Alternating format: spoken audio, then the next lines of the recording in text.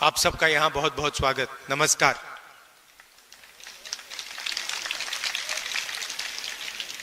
ये प्रेस वाले आपके सामने खड़े हो गए मगर हमारी बात नहीं बोलते ये लोग, है ना?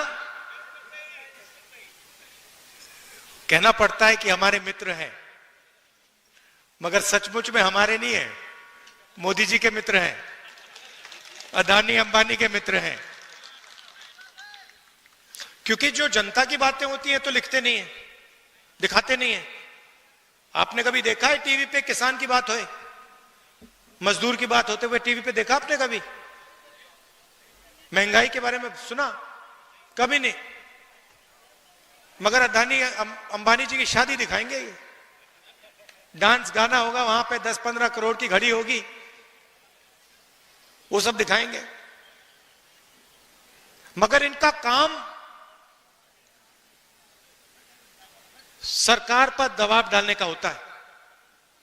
इनका असली जो काम होता है, अगर सरकार कुछ गलत काम कर रही है तो ये रखवाले होते हैं।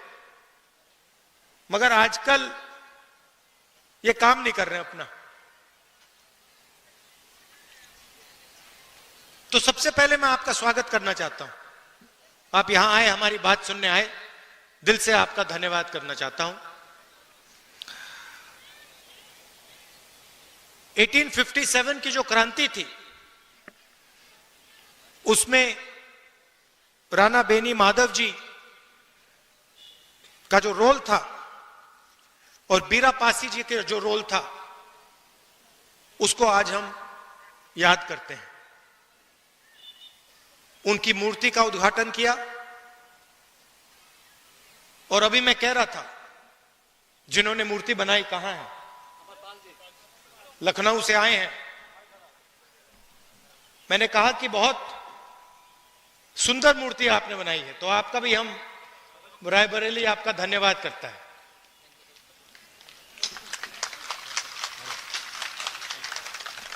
बैठिए।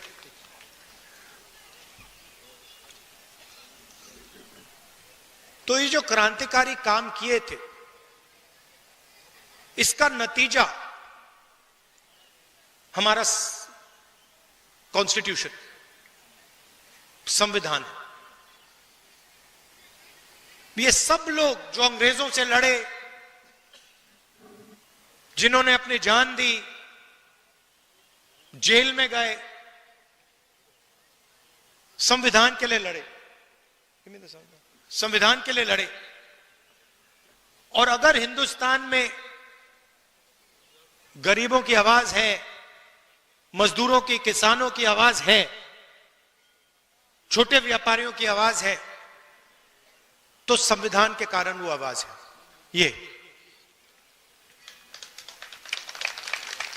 ये हिंदुस्तान की जनता की आवाज है। गांधी जी, अंबेडकर जी, नेहरू जी ने ये संविधान दिया, जेल गए, अंग्रेजों के खिलाफ लड़े। उससे पहले माधव सिंह जी लड़े, पासी, बीरा पासी जी लड़े, मगर सारे के सारे इसके लिए लड़ रहे थे। और आज जो लोग हमारी सरकार में बैठे हैं वो ही इसका आक्रमण कर रहे हैं। मैंने मीडिया की बात उठाई। राजनीतिक पार्टियों की जिम्मेदारी संविधान को बचाने की होती है, मगर मीडिया की भी जिम्मेदारी संविधान को बचाने की है, संविधान की रक्षा करने की है। मगर ये जो है, ये आजकल संविधान की रक्षा नहीं कर रहे हैं, ये हमारी मदद नहीं कर रहे हैं। इसलिए मैंने शुरुआत में इनके बारे में बोला। आपको ये बातें मालूम होनी चाहिए। आप तो जानते हो, जानते हो ना ये बात कि मीडिया आजकल हिंदुस्तान में क्या कर रहा है? किसका? अदानी का काम। देश बिक रहा है। एयरपोर्ट्स, पोर्ट्स, इंफ्रास्ट्रक्चर, कोल,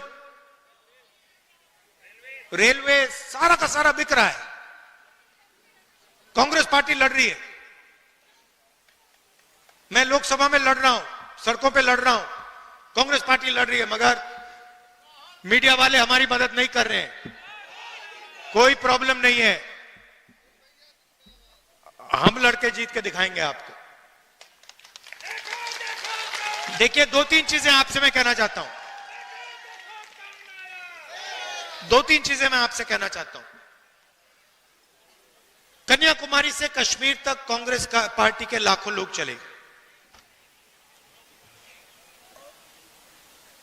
यात्रा में हमने एक नारा दिया, नफरत के बाजार में मोहब्बत की दुकान खोलनी है। बटा हुआ देश, हिंसा में, नफरत में डूबा हुआ देश कभी प्रगति नहीं कर सकता है। किसी परिवार में लड़ाई हो जाती है, दो भाइयों के बीच में लड़ाई हो जाती है, परिवार नष्ट हो जाता है। आप सोचिए, अगर देश के बीच में लड़ाई हो जाए तो कैसे प्रगति हो सकती है।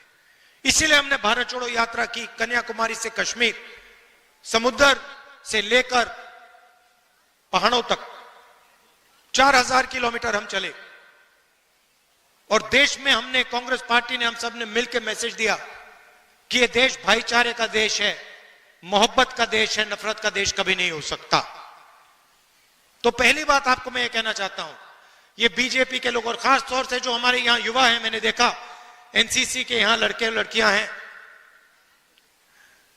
जब भी कोई हिंदुस्तान को बांटने का काम करता है, एक धर्म को दूसरे धर्म से लड़ाता है,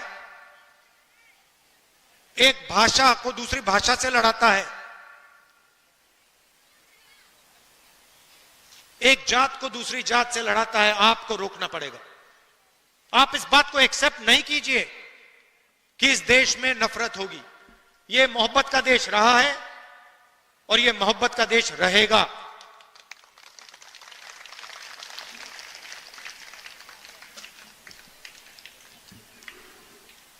दूसरी बात, देश के सामने दो सबसे बड़े मुद्दे हैं। सबसे बड़ा मुद्दा बेरोजगारी। आज मैं युवाओं से बात कर रहा था, मैंने उनसे बोला, ऐसे टेंट में बात हो रही थी, मैंने उनसे पूछा, देखो,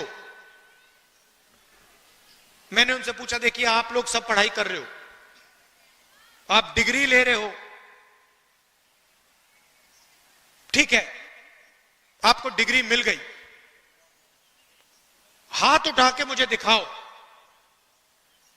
आप में से कितने लोग सोचते हो कि आपको डिग्री के बाद रोजगार मिलेगा। 100 बच्चे थे, आपको मालूम है कितने युवाओं ने हाथ उठाया? एक ने। 100 में से एक लड़के ने हाथ उठाया, बाकी ने हाथ नहीं उठाया। 100 में से सिर्फ एक युवा सोचता है कि उसको रोजगार मिलेगा। और जब मैंने उससे पूछा तो उसने कहा, मैं कहीं ना कहीं रोजगार ढूंढ के निकालूंगा। मगर 99% युवाओं ने बात एक्सेप्ट की कि आज के उत्तर प्रदेश में, आज के हिंदुस्तान में उनको रोजगार नहीं मिलेगा। दूसरा मुद्दा महंगाई। दो हिंदुस्तान बन रहे हैं, एक अरबपतियों का, 20-25 लोग हैं, अदानी, अंबानी, लाखों करोड़ रुपए, जो भी उनको चाहिए उनको मिल जाता है। कोरोना के समय 1 लाख करोड़ रुपए का बैंक लोन माफ हुआ उनका, 16 लाख करोड़ रुपए उनके बैंक लोन माफ हुए हैं। और दूसरा हिंदुस्तान, आपका हिंदुस्तान, हमारा हिंदुस्तान, मेहनत का हिंदुस्तान, मजदूरों का, किसानों का, बेरोजगार युवाओं का हिंदुस्तान। हमें ये दो हिंदुस्तान नहीं चाहिए, एक हिंदुस्तान होना चाहिए। अगर वो सपना देख सकते हैं तो आपको भी सपना देखना चाहिए। ये नहीं कि अंबानी का बेटा, अदानी का बेटा जो भी सपना देखना चाहता है देखता है, और किसान का बेटा प्राइवेट यूनिवर्सिटी में मेहनत करने के बाद, लाखों रुपए देने के बाद रोजगार नहीं पा सकता। ऐसा हिंदुस्तान हमें नहीं चाहिए। यहां हम कैसे पहुंचे? नरेंद्र मोदी जी ने नोटबंदी करके, गलत जीएसटी लागू करके छोटे व्यापारियों को, स्मॉल मीडियम बिजनेस वालों को खत्म कर दिया है। यह पॉलिसी सिर्फ नरेंद्र मोदी जी की नहीं थी, यह पार्टनरशिप है। नरेंद्र मोदी जी ने और अदानी, अंबानी जैसे लोगों ने ये पॉलिसियां छोटे व्यापारियों को, किसानों को, मजदूरों को खत्म करने के लिए बनाई है। और नतीजा आपको दिख रहा है। उत्तर प्रदेश के युवाओं को रोजगार नहीं मिल सकता। अगर आपको रोजगार चाहिए, उत्तर प्रदेश में छोड़ दीजिए, हां तेलंगाना में, कर्नाटक में मिल सकता है, वहां जाके आप मजदूरी कर सकते हैं। मगर उत्तर प्रदेश में आपकी सरकार आपको रोजगार नहीं दे सकती है। और यह सच्चाई है, इस बात को एक्सेप्ट करना ही पड़ेगा। तो यह लड़ाई है। एक तरफ कहते हैं 400 पार, 400 पार के बाद हम संविधान बदल देंगे। हमने कहा हम देखेंगे कैसे संविधान बदलोगे तुम लोग। चुनाव के बाद मोदी जी ने संविधान यहां लगा दिया था।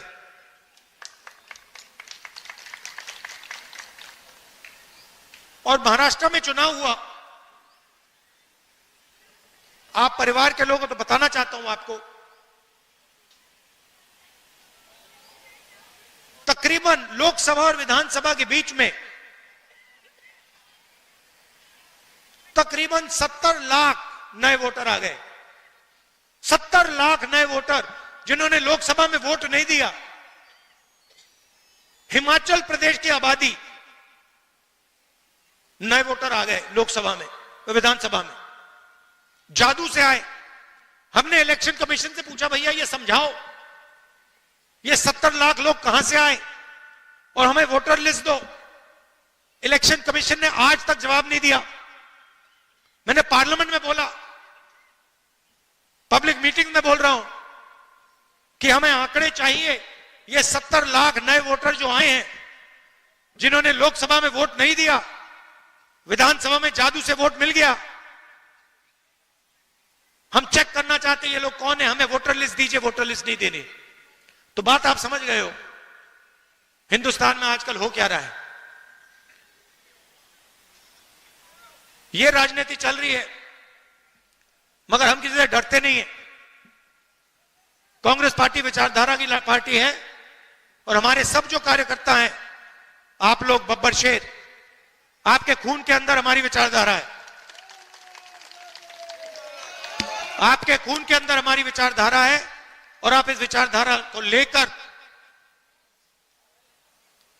कांग्रेस पार्टी के लिए, संविधान के लिए और देश के लिए लड़ते हो, रोज लड़ते हो। इसके लिए मैं आपको दिल से धन्यवाद करना चाहता हूं।